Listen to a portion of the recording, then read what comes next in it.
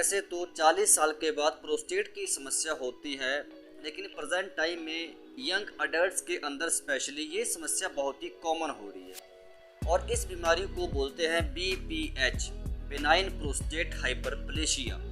इस बीमारी में होता यह है कि जो आपके प्रोस्टेट के अंदर टिश्यूज़ होते हैं ना, उन टिश्यूज़ का साइज बढ़ना शुरू हो जाता है और उन टिश्यूज़ के साइज बढ़ने के कारण ही आपके प्रोस्टेट का साइज बढ़ता है।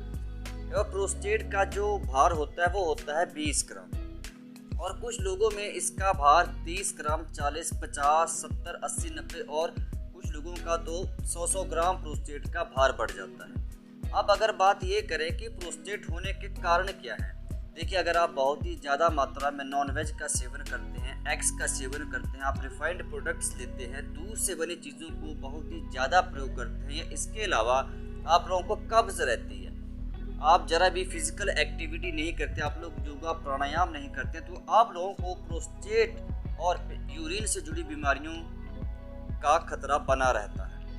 प्रोस्टेट आपके शरीर के अंदर, पुरुष भाइयों के अंदर प्रोस्टेट बहुत ही ज़्यादा ज़रूरी होता है।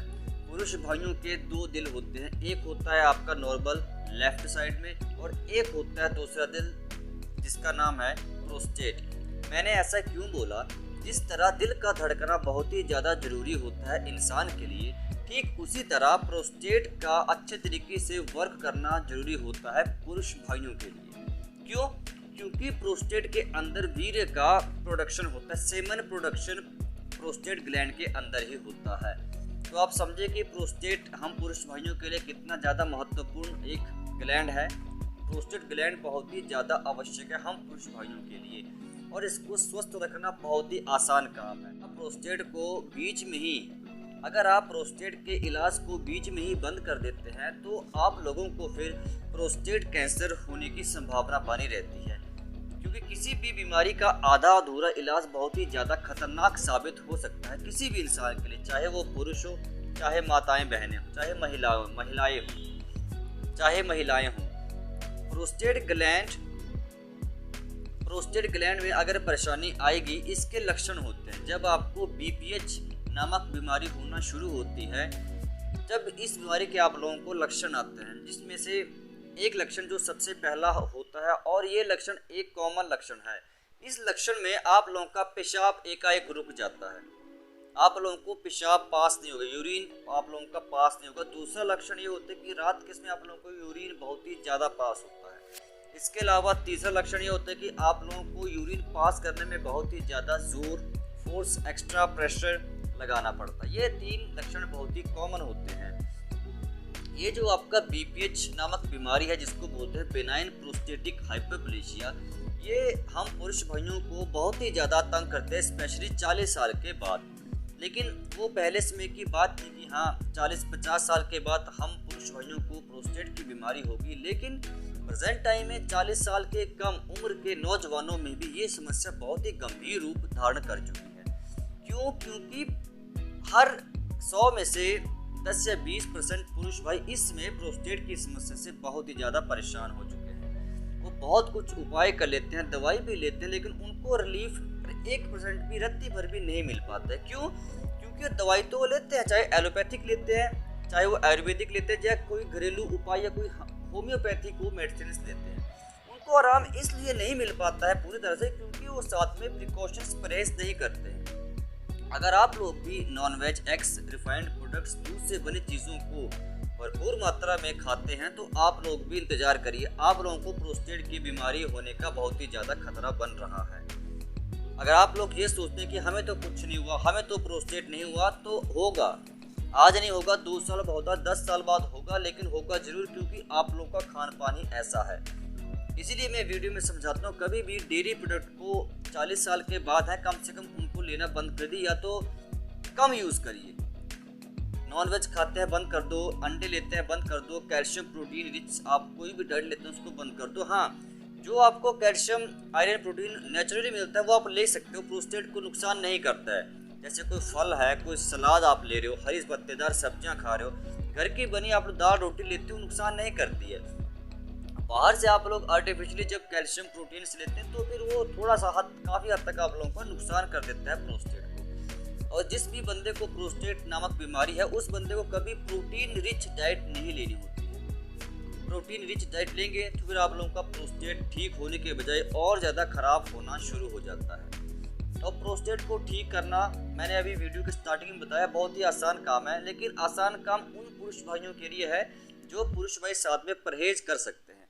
अदरवाइज आप लोग दवाई कोई भी ले लो, आप लोगों को टेम्परेरी रिलीफ तो मिल जाएगा, लेकिन परमानेंट आप लोगों का जो प्रोस्टेट का साइज है वो अंडर कंट्रोल नहीं रह पाता है। अगर आप लोग दवाई ही लेना चाहते हैं तो आप लोगों की मर्जी है। हो सकता है कुछ लोगों में से हो सकता है कुछ लोग ऐसे हों जो चाहते हैं कि सर कोई ऐसा उपाय हमें बता दो, कोई ऐसा तरीका बता दो कि हाँ हमें छुटकारा मिल जाए, बस चाहे इसके लिए 6 महीने लग जाए, 1 साल हम आप घरेलू उपाय करें, लेकिन हमें परमानेंट इससे छुटकारा मिल जाए। तो आप लोग चिंता मत करिए, यहाँ पर मैं तभी वीडियो बनाता हूँ कि आप लोगों की स्वास्थ्य से जुड़ी सारी समस्याओं को मैं हल कर सकूँ। इसीलिए मेरे चैनल का नाम पंकज आयुर्वेदा है।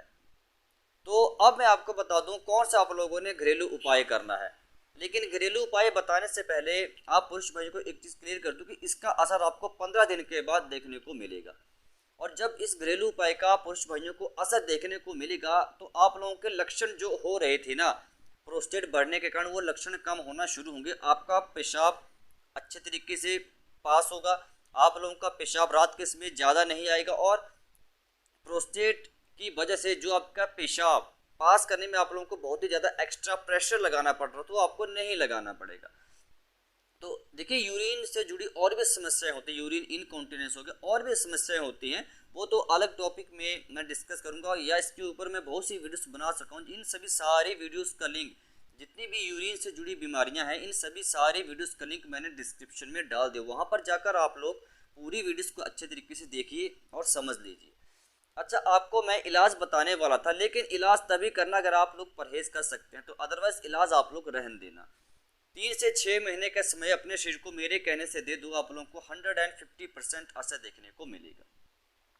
घरेलू उपाय की अगर मैं बात करूं तो घरेलू उपाय में आप पुरुष भाइयों ने लौकी के जूस का खाली पेट सेवन करना शुरू कर देना है।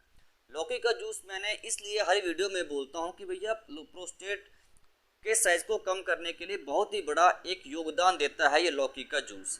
अगर मैं ऐसे बोल रहा हूँ आप लोगों को भरोसा नहीं होगा, इसलिए आप लोग करके प्रैक्टिकल देखिए, लेकिन साथ में परहेज करेंगे तो आपके प्रोस्टेट के साइज को तभी कम करेगा लौकी का जूस, अगर आप साथ में परहेज करेंगे तो। अदरवाइज ये लौकी का जूस प्रोस्टेट के साइज को कम नहीं करेगा, फिर आप लोगों की समस्या और बढ़ जाएगी। इससे तो अच्छा आप लोग दवाई लेते रहो, जिस भी तरह की आप लोग दवाई लेते हो वही दवाई लेते रहो।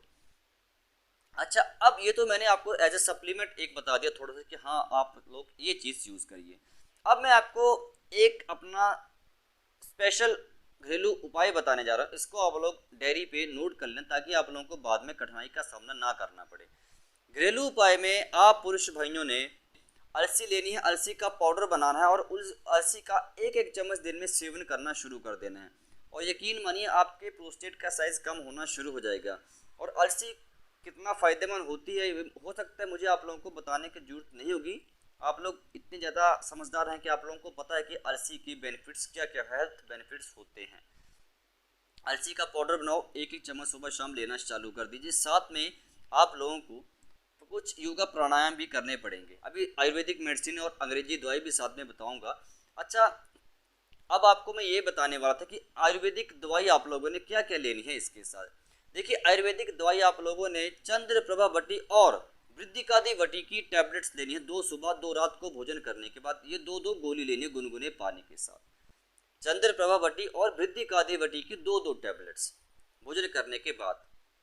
अगर आप लोग चाहते हैं कि हाँ हमें यार इतना हमारे अंदर पेशेंस नहीं है कि चलो आयुर्वेदिक हम ये दवाइयाँ तो लेंगे, लेकिन एक ही दिन में अगर हम चाहें कि कंट्रोल हो जाए तो हमें वैसा कुछ बताइए, तो ठीक है वैसा भी आप लोग वो दवाई भी लिख लो।